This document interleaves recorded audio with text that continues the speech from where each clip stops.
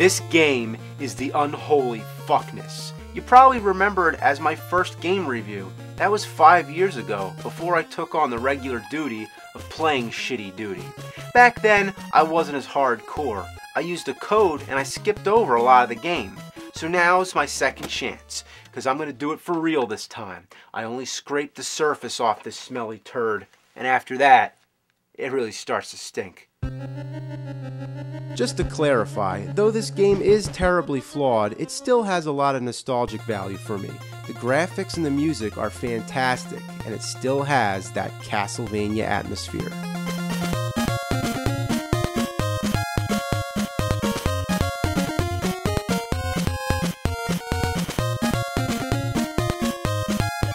Oh, then there's parts like that. Why is it necessary to interrupt the game like that so often? You need hearts to buy stuff, and when you die, you lose all your hearts and you have to start from scratch. So if you're trying to buy something, your best bet is to stay in one spot that you feel safe and just keep killing the same enemies over and over. I mean, what fun is that? When it's nighttime, you're just totally screwed because the stores are all closed. So the only thing you have to do is just wait for daytime and chase zombies around. Ugh, get over here, you fucking zombie piece of shit. It's times like this when you get real bored, you find glitches, like at the door. Why does the holy water just stop? For some reason I always found that amusing. I could do that for hours.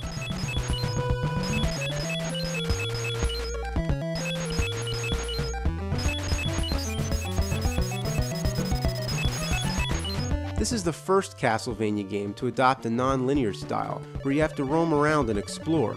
It's a neat idea, just not executed too well. The whole plot is that after Simon destroyed Dracula in the first game, all his body parts were scattered into different mansions. Now, Simon has to rid the curse of Dracula once and for all, and to do this, he has to go into each mansion and throw a fucking oak stake at an orb. You now possess Dracula's rib. Or wait, possess? Possess? Are you kidding me? Well, anyway, it's boggled my brain to no end. How is anybody supposed to know to throw an oak stake at an orb? So I found this one clue. It reads, a symbol of evil will appear when you strike the stake. Gee, that really helps. Couldn't it at least mention, like, where you're supposed... A pair? A pair? Does anybody proofread this shit? It only goes to show how much effort they spent on the game when they can't even get the fucking text right. The text itself seems to be one of the main issues. Not just spelling errors, but the information too. It seems like they're giving you clues, but they never make any sense, and most of the time they're just flat out lies. In adventure games, especially RPGs, getting clues is a big part of the game. So as a gamer, you're inclined to regard what they say as true. After all, why else would it be in the game? To confuse the shit out of you, that's why. The part that's disturbed me the most is that when you walk in this house, you find this old creepy bitch sitting on the floor. Looks like roadkill with a mop on top. She says, let's live here together. Okay, fine, we'll just live here. Yeah, so, nice place. To sum things up, reading anything in this game is just as useless as the guy in Zelda 2 who says, I am error. That's why this is what you call a Nintendo Power game.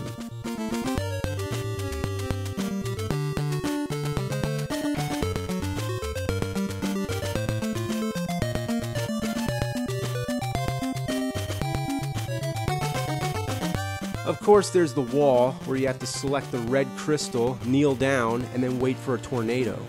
But that's just the beginning. There's a part where you have to go under a lake. I can just barely see the platform, so I get the idea that I'm supposed to go down there. But if you touch the water, you die. You have to select the blue crystal, then you kneel down for a few seconds, and then you can go through the water. Who the fuck is supposed to figure that out?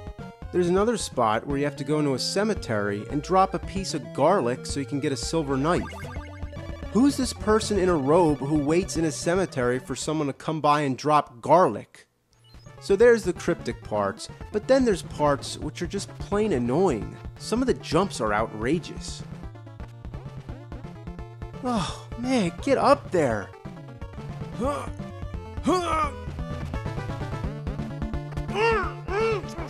Get there! Then there's these blocks. It doesn't look that hard. It seems like you could just hop on over. But if your timing isn't 100% accurate, your jump doesn't reach. I'm gonna try again.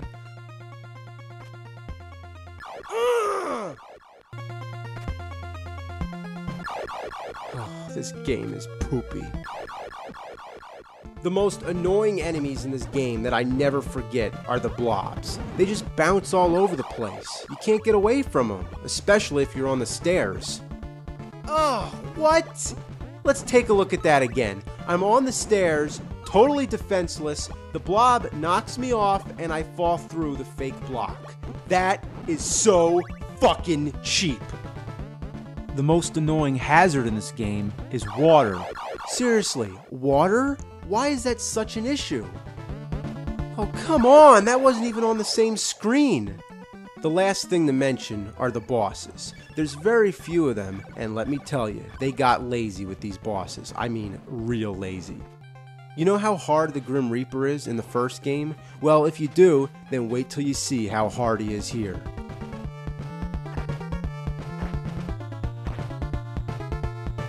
Damn, I'm lucky I got past that Grim Reaper. Then of course, you walk through an empty castle to fight the easiest end boss in video game history. And there you have Castlevania 2. Well, that was a mouthful, but we should conclude this episode with the last of the NES trilogy, Castlevania 3, Dracula's Curse. In this game, you take control of Trevor Belmont, an ancestor of Simon's who battles Dracula for the first time, making this game a prequel.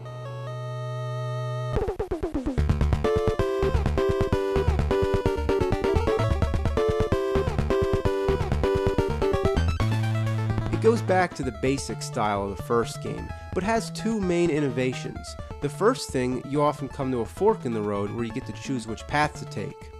The other thing is that you get to play as other characters whom you meet along the way. There's Grant, who climbs on walls, Sypha, who has magic spells, and Alucard, who can turn into a bat, but you need enough hearts to do it. Alucard happens to be Dracula's son. The name Alucard's Dracula spelled backwards, and it came from the 1943 movie Son of Dracula. Announce Count Alucard. D-R-A-C. What are you mumbling about? Nothing, just a silly idea hit me. With these innovations, I think it's the best Castlevania game on the NES. But it's also the hardest.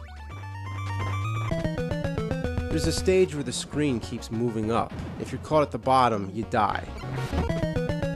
What kind of logic is that? In Trevor Belmont's world, what killed him? The TV screen?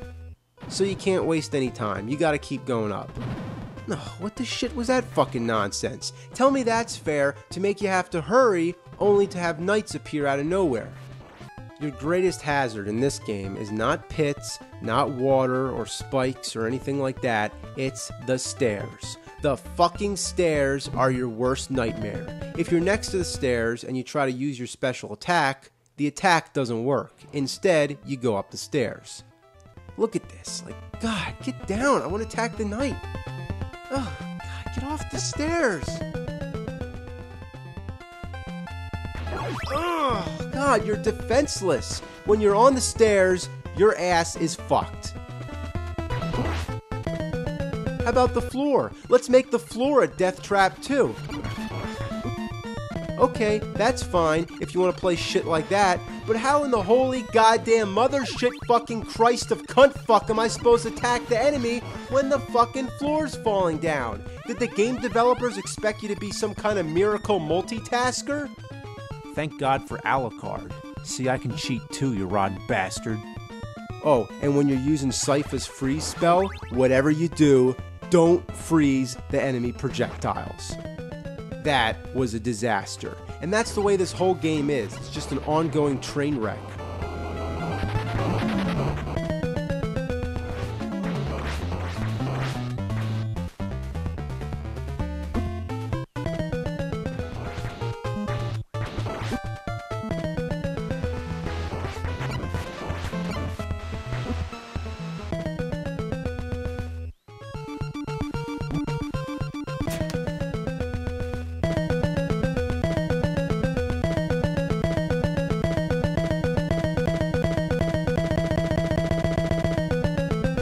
fuckers got no mercy. This is the reason why Game Genie was invented.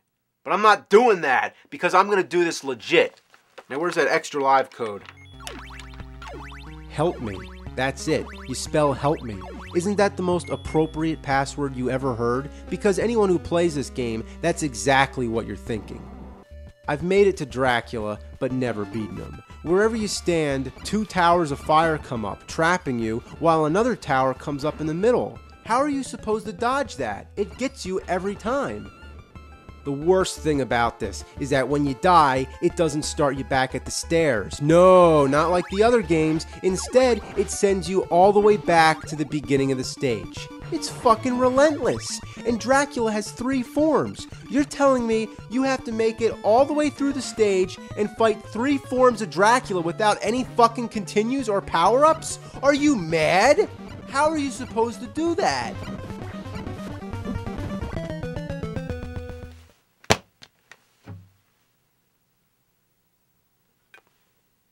If there's any game that puts you in a bad mood, it's Castlevania 3.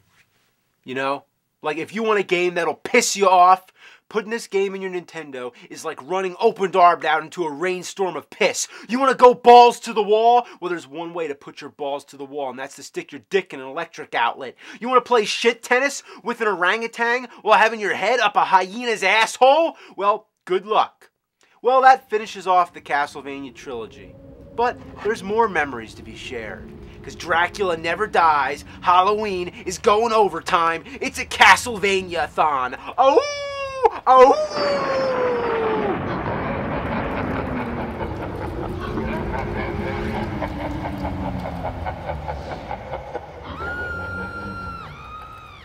This game is like playing shit tennis with an orangutan while having a hyena's head up your ass. Or your head up its ass. And